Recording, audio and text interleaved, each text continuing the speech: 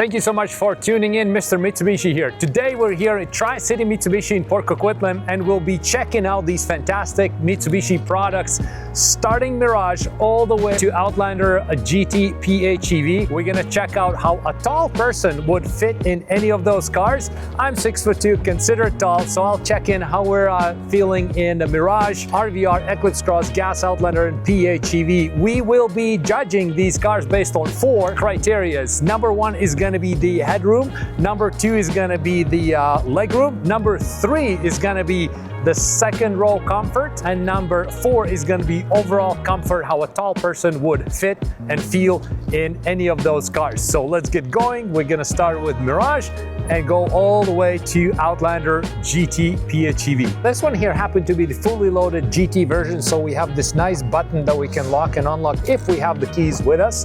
Let's get inside. This Mirage GT, we have you know, the seat that we can scroll up and down like this. This is very, very important if you want to find your perfect driving position, no matter your height and size.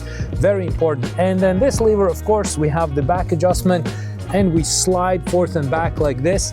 For the steering wheel, we go up and down. It doesn't go in and out, just up and down. So I'm gonna try to find my perfect position here, and then we'll check out all the legroom, headspace, and everything else that we said we would. Okay, so I'm very happy with the position I'd be in right now for driving. Headroom is where Mitsubishi Mirage surprises. I'm 6'2", and I still have plenty left. So if you'd be taller than me, easy, you fit in quite nicely in this. If we talk about legroom, we can see that there's plenty left here, and I've always said this on my channel, Mitsubishi Mirage surprises a lot when it comes to overall comfort and how it feels and everything else.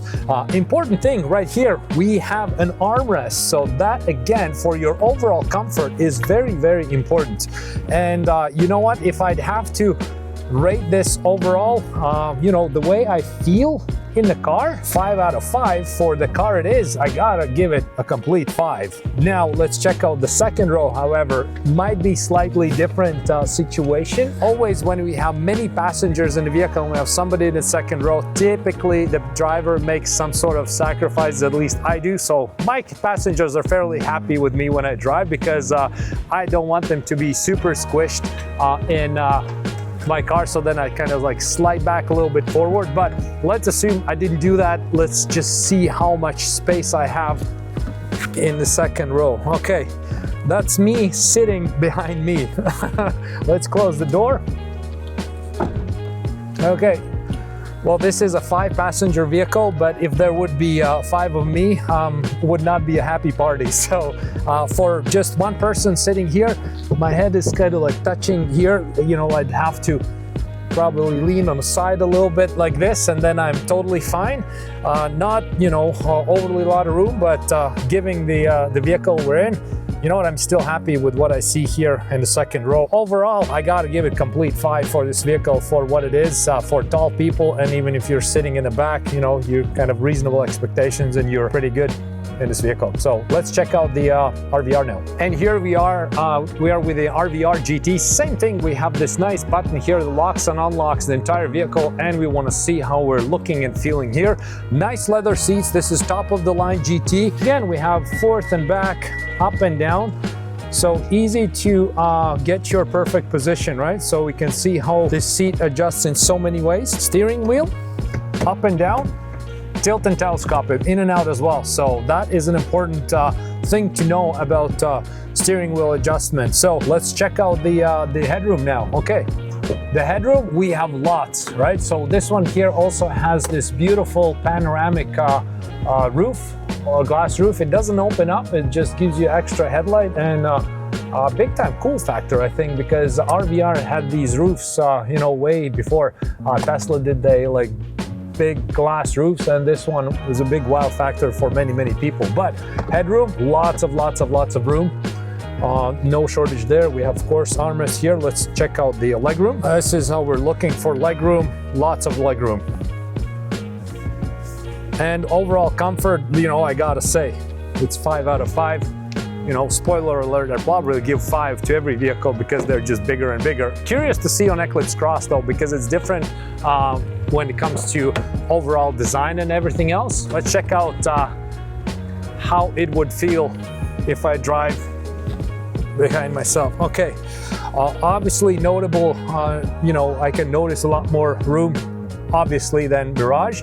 The headroom, not so great because, you know, this is how I'm looking. Basically, if I sit like all the way straight, I have to bend my head, tilted like that. I thought it would have been a little bit better. If you go like this for hours on the road trip, you're not gonna be too happy. And then the seats, they don't recline. Like, you know, this is how you sit. So for the second passenger, a little bit less happier than on the Mirage. So overall, you know, this one, 3, 4 out of 5, maybe 3 if I have to be very honest. For a tall person, if you're sitting behind a tall person in the Mirage, I felt overall it's kind of like better for what it was. But overall driver comfort, this is what we're focusing most with.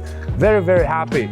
Now let's check out the Eclipse Cross. Beautiful Eclipse Cross, fully loaded GT. I love the color, I love the vehicle. Let's just check it out, how a tall person would feel in it. Same thing like with the other cars. We have this button that we can lock and unlock the whole vehicle. And let's jump right in. Adjustments, same as with the RVR. We can adjust it exactly the same ways. Steering wheel, tilt, telescopic, it's fine, it's awesome. Let's check out the headroom. Lots of it, lots.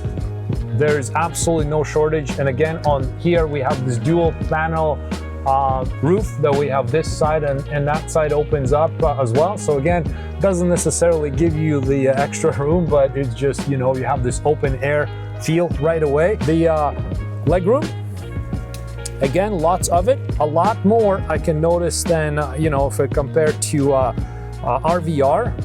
And this vehicle just feels bigger right away. Let's check out the second row for that matter. Okay, even the second row, yes, huge difference. I feel like there's a lot more space for my legs. See how I can even move them like this. And my head is not, you know, it's sort of like, you know, my hairs are touching a little bit, I can feel it, but I could be driving like this forever. It would not bother me at all. Also, we have the armrest here, makes it even more so comfortable.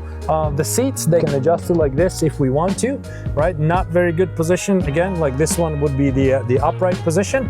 But if we fold it down like it was when I jumped in, huge space, right? So very happy of this. This is, to me, 5 out of 5 because you have this back adjustment option. Lots of room. When you upright a little bit, you know, steeper, then the room gets taken away. So just be mindful of that. Again, depending on where you drive, who you drive, what your cargo capacity and needs are, right? So now we're done with the Eclipse Cross. Let's check out the gasoline Outlander. And this is the Outlander, same thing. Touch the button, you can lock and unlock the vehicle. This one is beautiful light gray interior. Let's just jump right in and see what we're dealing with. Seat adjustment. So we do have same adjustments like on the other cars, but this one also has the lumbar support.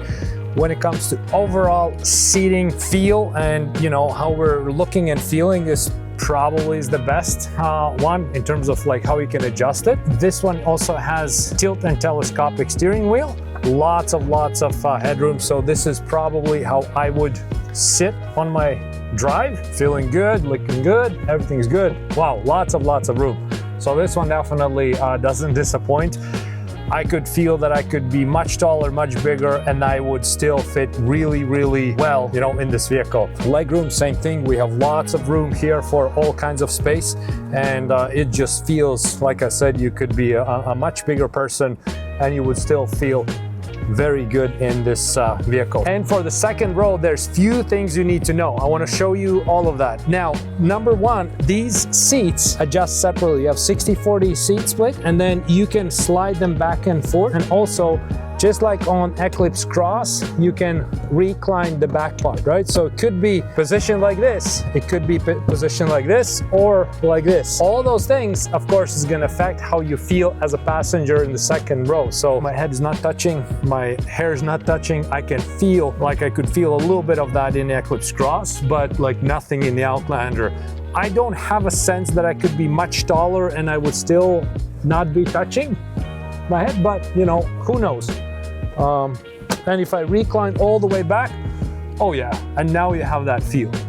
Now, one thing with Outlander, if you see how here's the component for the sunroof, like this one here, you have almost like a dip there in the headliner. So this allows you a lot of room for your head. So if you're a much taller person than I am and you're reclining like this, a ton of space. If we look at the legroom, a ton of space, and I have not made any type of sacrifice as a driver if I'm my size. But like I said, realistically, in a real world situation, if you need to, being a good tall driver, you're always gonna move a little bit forward, sacrifices your like, you know, driving comfort a little bit. Now we're gonna check out the PHEV as well, but it's literally identical when it comes to size and everything else. We just want to check it out because we have it. One thing is different though between these two vehicles is how the third row looks. I'm not gonna test that today. That is gonna be another video, but I just want to show you the difference between gas and PHEV. So on the gas Outlander, we can see it how this is split in the middle, 50-50 split, and then you can lift it up, fold it down. And on the PHEV, it's all one solid piece. So I will show you that in a second as well. And this is the PHEV. So this would be the top of the line, the most expensive vehicle that Mitsubishi has.